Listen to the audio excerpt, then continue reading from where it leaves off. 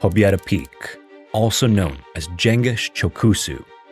At 7,439 meters, or 24,406 feet, you might have never heard of the highest mountain in Kyrgyzstan, but in the mountaineering world, it's infamous. It's the tallest mountain north of the 39th parallel and one of the most remote major peaks on Earth. And this northern latitude makes all the difference. Despite standing more than 500 meters shy of the fabled 8,000 meter mark, the conditions here can be every bit as severe. The cold is unrelenting, violent storms can arrive without warning, and the remoteness means that help is often simply not coming. As a result, it's thought that the deaths to summit ratio is as high as roughly 1 in 3. This is comparable to any of the deadliest 8,000 meter peaks. And what's more, to this day, not a single one of the bodies of those who died on Pobeda is known to have been recovered. These are the horrifying incidents of Pobeda Peak, and as always, viewer discretion is advised.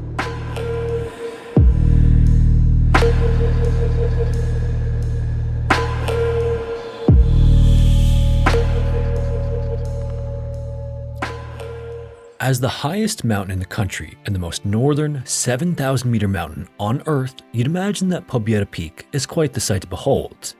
But in fact, for centuries, its subtle shape meant that it was largely ignored by those living near the China-Kyrgyzstan border on which it sits. Instead, the highest mountain in the Tian Shan range was thought to be the neighboring Khan Tengri. This towering triangular peak was even affectionately nicknamed Lord of the Skies by locals because of its dominance over the skyline. Even with this misconception though, the entire mountain range is so impressive that the region was the subject of folklore and legends, passed down over generations by Chinese and Russian travelers. These descriptions painted the icy, glacier-covered landscape as the home for mythical creatures. As far back as the 7th century, a Buddhist pilgrim was said to have traversed the mountain range and described it as follows. The snows accumulated here since the beginning of the world have turned to ice blocks that melt neither in spring nor in summer. Smooth fields of solid and brilliant ice extend infinitely, with high ice walls overhanging on both sides. Cold winds blow strongly, and travelers frequently fall prey to dragons. Those following this way should not wear red clothes nor speak loudly. Those who ignore this precaution may suffer many evils. It is difficult to avoid death here. It's easy to see why the peaks in this range remained relatively unexplored for centuries. With their size and hostile weather seeming so insurmountable, they became almost otherworldly. It was only in 1931 that Khan Tengri was successfully summited for the first time, and then just 7 years later, in 1938, a Soviet expedition took its first steps towards conquering what we now know today as Pobeda Peak. The group made their ascent to an altitude of 6,900 meters, but unbeknownst to them, they made a critical mistake, only revealed by a survey conducted years later in 1943.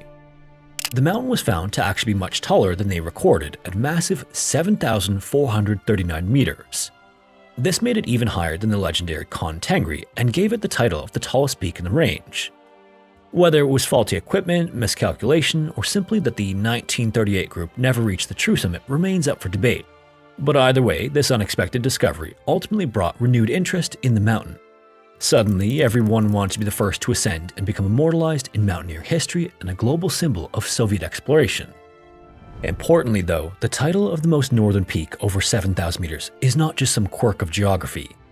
Its height, northern latitude, and several other factors combine to still make it one of the most dangerous mountains on Earth.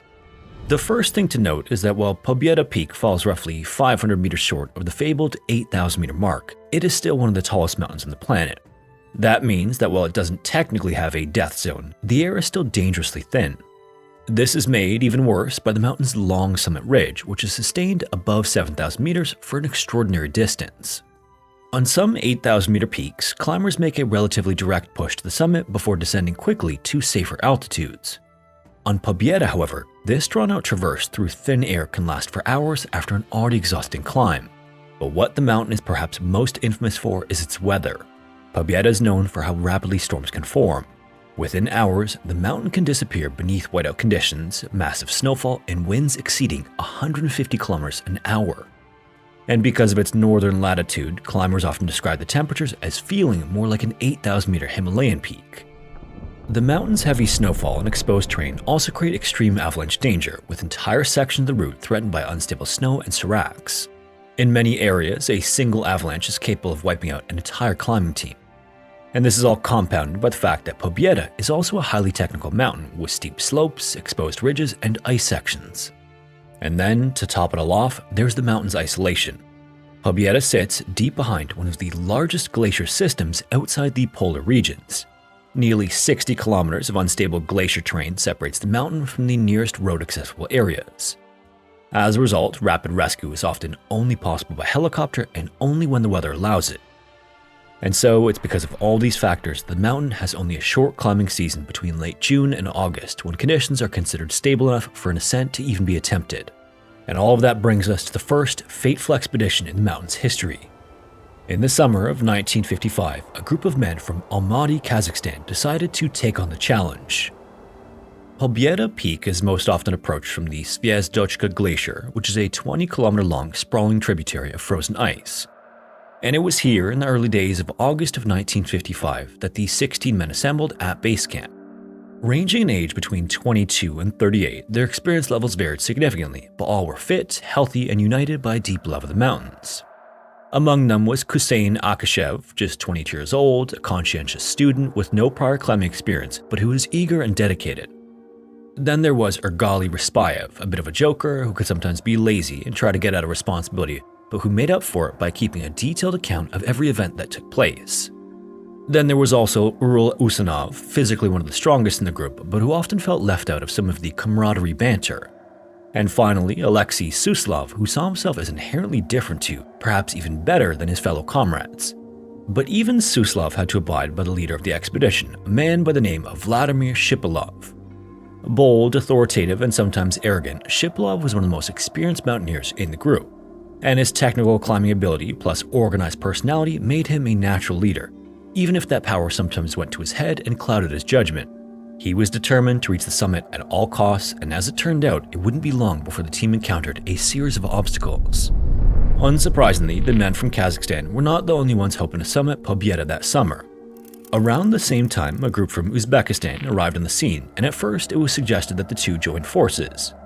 Not wanting to share their success though, Shipilov and his team refused, and so the Russian Mountaineering Federation quickly settled on a compromise.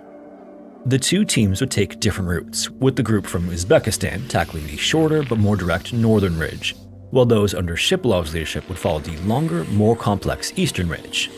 The teams would set off at different times too to avoid harmful competition that could jeopardize their efforts, with the men from Kazakhstan given priority to ascend first. And so, on August 14th, they did just that. The weather outside was bright and the group hoped to follow a leisurely pace despite being over 2 weeks behind schedule due to issues transporting supplies. Luckily, their first day passed without incident, but on the night of August 15th, at an altitude of 5,100 meters, something strange caught their attention. Over near the North Ridge, flares shut up and colored the sky. This was a sign that the team from Uzbekistan had defied instructions and were on their way to storm the peak. In response, Shipilov was furious. He felt that his men were stronger and more deserving of the title, and so, from there on out, he pushed the team harder. By August 16th, the group reached Khan Toran Pass at around 5,400 meters. And for a moment, it felt as though the previous evening's incident would be nothing more than an isolated incident on an otherwise successful trip. That was until just 1 day later, with no prior warning, when the group's radio stopped working. So alone, cold, and entirely disconnected from base camp, it was crucial they avoid any further difficulty. And so upon spotting that some of the men were suffering from headaches and altitude sickness, Shipilov made a difficult decision. He ordered that the weakest among them abandon their attempts and descend to base camp, passing on the news of the broken radio at the same time. 3 members who were suffering, plus an experienced climber, reluctantly followed his instructions, arriving back at camp on August 19th. Meanwhile, up the mountain, 12 men remained. On that same evening of August 19th, they reached an altitude of 6,700 meters and set up camp for the night along a snowy ridge. Spread across 3 tents, they settled down for dinner before heading to bed around 9:30 p.m. Everything was calm and everyone had all the supplies they needed for what looked to be a quiet night of restorative sleep before more climbing followed the following morning.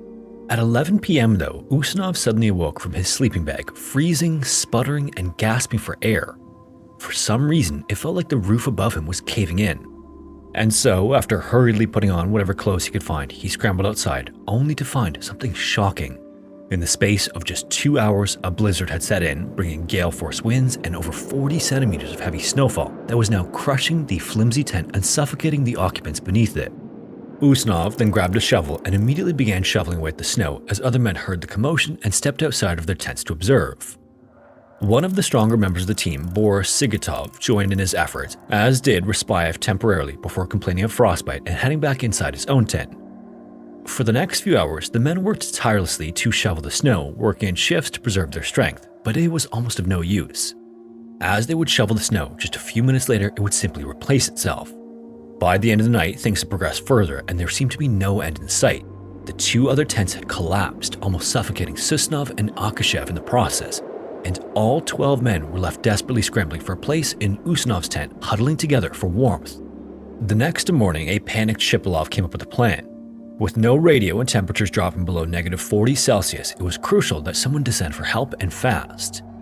He then ordered that the 2 strongest members of the team, Usnov and Sigitov, be the ones to do so, but that anyone else who wished to join them should make themselves known. Whether it was out of arrogance or a genuine desire to help, Suslov volunteered despite his fairly weak condition, and so the 3 men began their descent. Tragically, just a day later, on August 21st, in a state of confusion and following the wrong route, Suslov fell, losing his gloves and suffering frostbite to his fingers. Incoherent and drifting in and out of consciousness, he died of a pulmonary hemorrhage shortly afterwards. Usnov then made the decision to stay by his side while Sigitov continued towards the base camp. Another day would pass like this, and Usnov could see no signs of Sigitov nor anyone else returning to recover Suslov's body or provide him with food and supplies. So now, fearing for his own life, he abandoned his mission and resumed his descent. At around 5,800 meters, he once again came face to face with the Khan-Torn Pass, and it was here where out of the corner of his eye he spotted something harrowing in the distance. He saw Sigitov's tracks in the heavy snow before literally disappearing over the pass. This was the second death in just days. Continuing on despite the losses though, Usnov was just meters from base camp up to his waist in snow as he crossed the Zvezdochka Glacier for the second time. The poor weather seemed to have dissipated and the sun felt like a signal of his safe return home. That was until, without his glasses for visibility, the exhausted mountaineer tripped and fell into an ice crevasse. He cried out for help for hours and tried to warm his body from the frostbite that was now penetrating his fingers while using his ice pick to chip away at the snow for more room, but it was no use. Usnov was sure this was going to be the end. He would surely die there, wedged in a crevasse, submerged up to his knees in icy water. Soon after that, he would pass out. 26 hours later, Usnov awoke to screams above him. The rival team from Uzbekistan had somehow found his tracks in the snow, followed the trail, and stumbled across him lying meters away from them.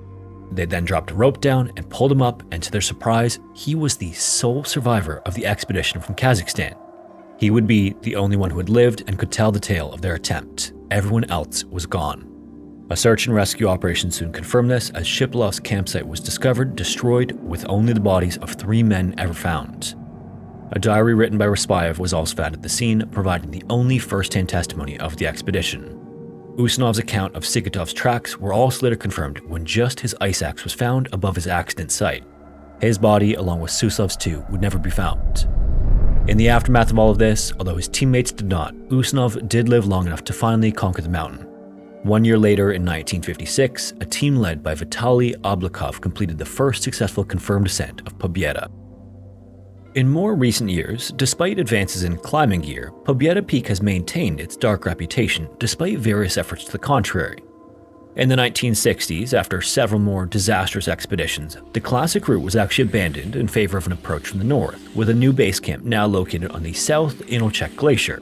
This, along with better camp placement generally, as well as more modern equipment, drastically reduced the death toll. This has since fallen from actually exceeding the number of successful climbs in 1961 to now settling at just 1 in 3.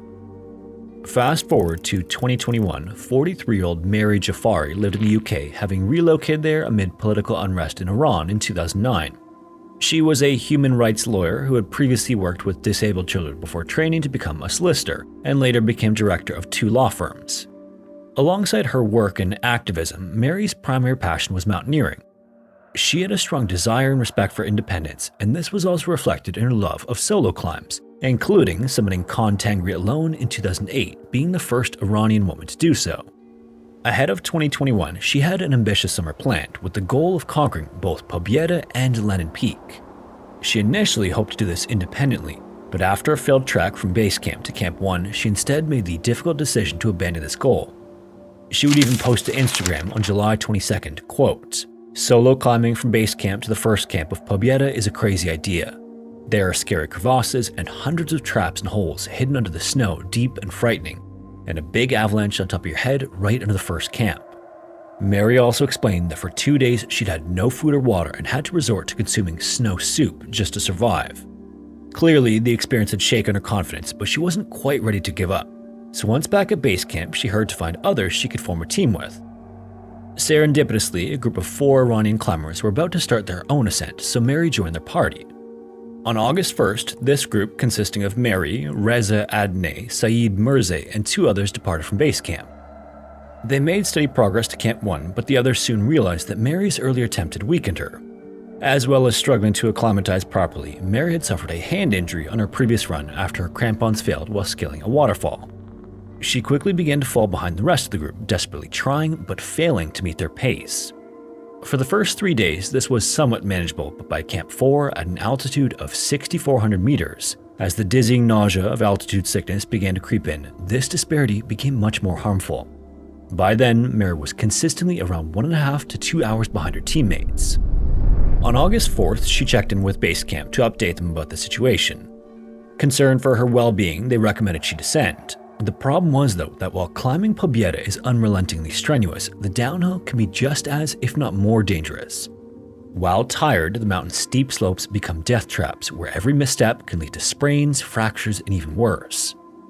Even so, at 4 p.m. that afternoon, Mehri was on a steep glacier pass between camps 2 and 3 at a known avalanche hotspot.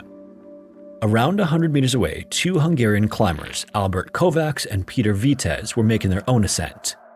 Plowing through the snow, they couldn't help but notice the figure on the horizon, recognizing her as the very same woman they'd seen left behind by her group on numerous occasions. What's more, she now seemed to be following the incorrect ridge, heading in the entirely wrong direction. So curious and worried that she might be getting into difficulty, they kept a close watch, only to see in a split millisecond the exact moment where everything fell apart. Mehri slipped and fell, plummeting towards the glacier and disappearing out of view. She had fallen from a harrowing height of 6,000 meters. Horrified by the sight, Albert instantly called in the instant to base camp. He would go on to explain that Mehri had been alone and that the 4 others were entirely out of sight. Base camp, however, reiterated that naturally, as her teammates, it was their responsibility to relinquish their summit and return to look for her. Operators at base camp scrambled to get a hold of the 4 men, but strangely, when trying to call in, they got nothing but complete and utter silence. In fact, there was no connection to the men's radios at all. This was odd, but presumably a mistake. They figured they'd try again in the morning, gracefully hoping that the men would notice their missing campmate and abide by the unwritten etiquette of the mountain. But by the next morning, not a single thing had changed. There were several more attempts and still radio silence. Then all of a sudden, the Iranians picked up and base camp made their order clear, abandon their ascent and to go retrieve their teammate. Their response, though, was unmistakable. They hung up immediately. By then, it was clear that the group were knowingly and deliberately switching off their radios, ignoring all requests to search for Mehri and instead prioritizing their own summit. Panic set in as the days began to pass with no sign of Mehri or her original group. Kyrgyzstan authorities sent a search helicopter which identified an object near where Mehri was last sighted, but they couldn't land to get it. As news of Mehri's disappearance reached her family and friends, they banded together to urge authorities to mount another rescue operation while also seeking those in the area to share their sightings on social media. Eventually, another helicopter was dispatched with Mehri's friends as well as the 2 Hungarians on board who abandoned their own climb to locate the missing climber.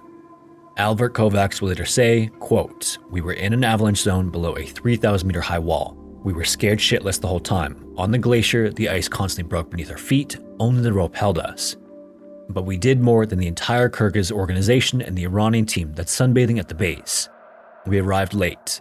If on the following day they'd have gone up to look for her, they could have found her. Now she's already buried under the avalanche." Despite the efforts of this second helicopter, Mehri Jafari was never found, presumed dead, and buried under layers of snow and ice. But it wouldn't be just her death either. It turns out that not all of the Iranian group made it back to base camp. Between camps 4 and 5, Reza had also been struggling to keep up with his group, but also, just like Mehri before him, receiving the same cold treatment from his teammates. On August 7th, he tripped and fell, hurtling down the mountain over onto the Chinese side of Pobeda. This was witnessed by a group of Ukrainian and Israeli climbers. Reza had hopelessly tried to grip the snow with his trekking sticks but had failed to slow his momentum. The group descended to get a better look but saw nothing except his tracks trailing off into the distance. Once again, base camp instructed Reza's group to provide assistance, but none of them complied. They continued their ascent, summiting Pobeda around 2 p.m. on August 7th with little regard for those who had supported them along the way. The mountain would claim one final victim that summer. Russian climber Valentin Mikhailov had reached the summit of Pobeda on August 4th. 3 days later, he was called in with a number of others to help a less experienced group who had got themselves into trouble. The group had fallen into one of Pobieda's many crevasses, with some becoming severely injured and had been stuck there for a staggering 22 hours. Valentin and the others brought some rope and medicine and dug out a rappel station to elevate the other climbers out.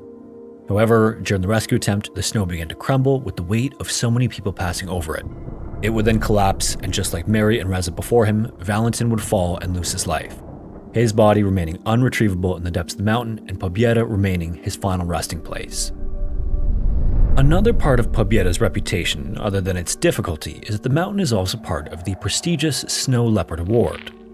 This award was established in 1967 and is awarded to anyone who climbs the 5 highest mountains in the former Soviet Union. This includes Ismail Simoni, the tallest at 7,500 meters, Lenin Peak, Peak Azodi, Khan Tengri, and of course only the runner-up in height, but by far the most feared, Jengish Chokusu, otherwise known as Pobeda.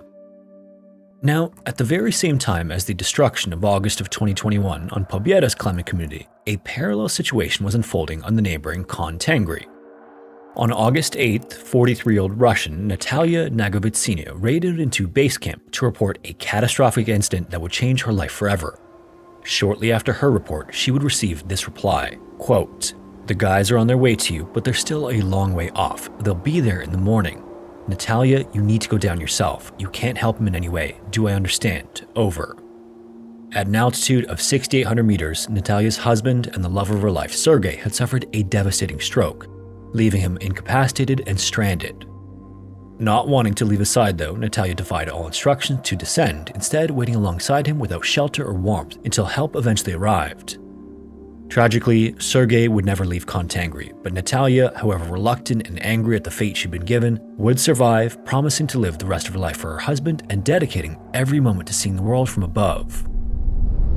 By 2025, she had become a household name, not just for her resilience and loyalty in the face of her husband's passing, but in her own right, summiting 3 7,000-meter tall mountains, and tirelessly working towards achieving what she perceived as the greatest award in mountaineering, the Snow Leopard.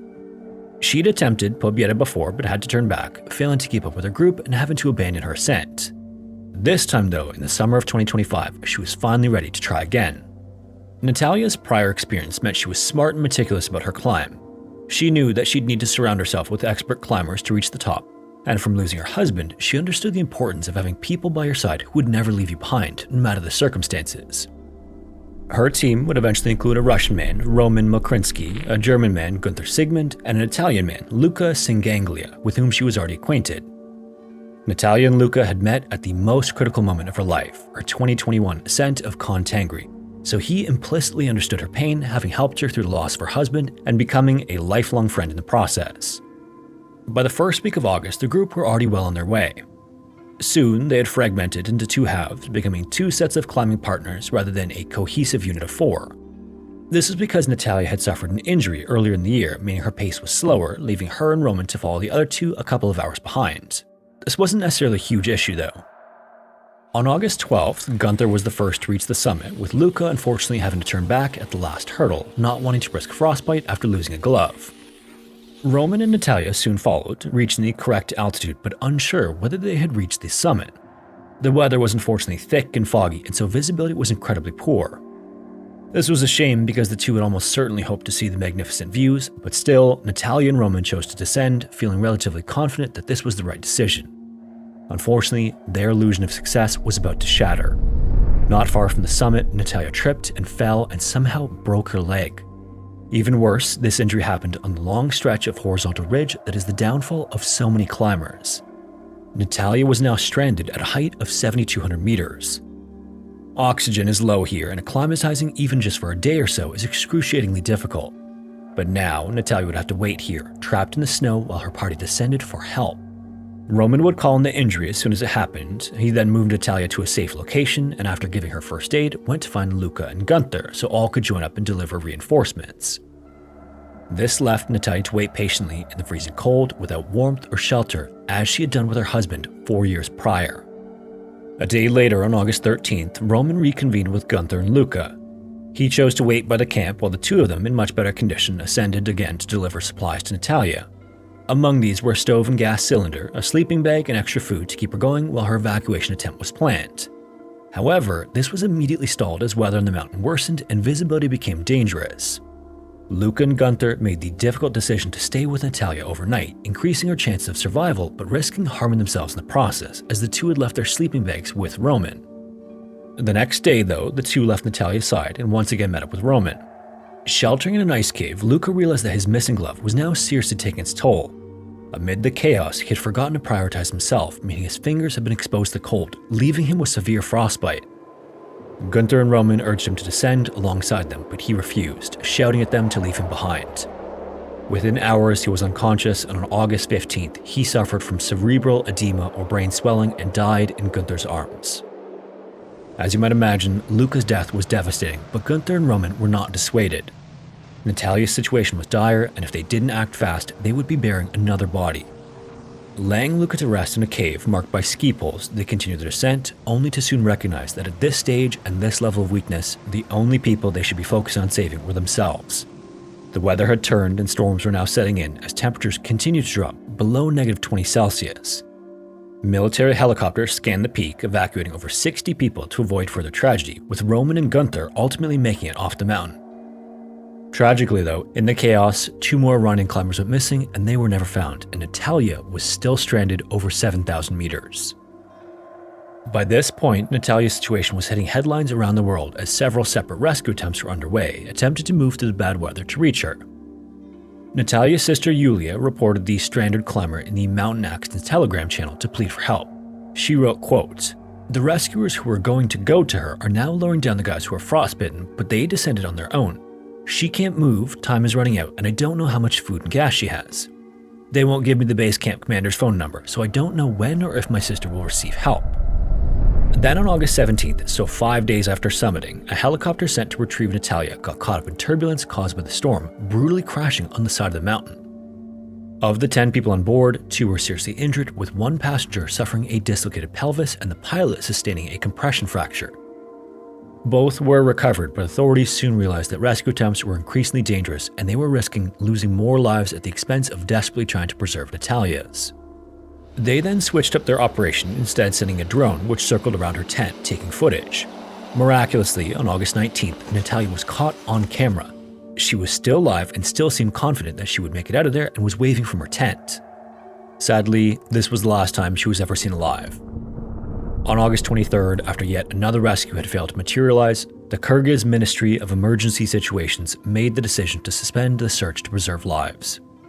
Just 4 days later, a drone would once again hover above Natalya's last known location, but this time she was nowhere to be seen. Thermal imaging confirmed that devastatingly, there were no signs of life, and so Natalya was declared dead on August 27th. Her body, along with that of her friend Luka, was never recovered, though her family hoped to bring her home in 2026. As the time of writing the script, it's unclear if that is still the case. Luka's sister would later say this about him, quote, "He carried out an act of great courage. He would never leave anyone behind, and especially not Natalya, with whom he had survived an experience that made them very close. It was an act to be proud of that unfortunately did not allow him to return to us, but that was Luka." The 2025 season also claimed another victim, Nikolai Todmayanin, who had led the rescue attempt back in 2021 for the climber stuck in the crevasse. He too tragically had fallen while descending, bringing the total number of victims in August of 2025 to 5 people. Nikolai himself had once said, quote, "The price for reaching the top of Pobeda is the life of 1 or more climbers. If no one died on Pobeda in a given year, that means no one reached the top."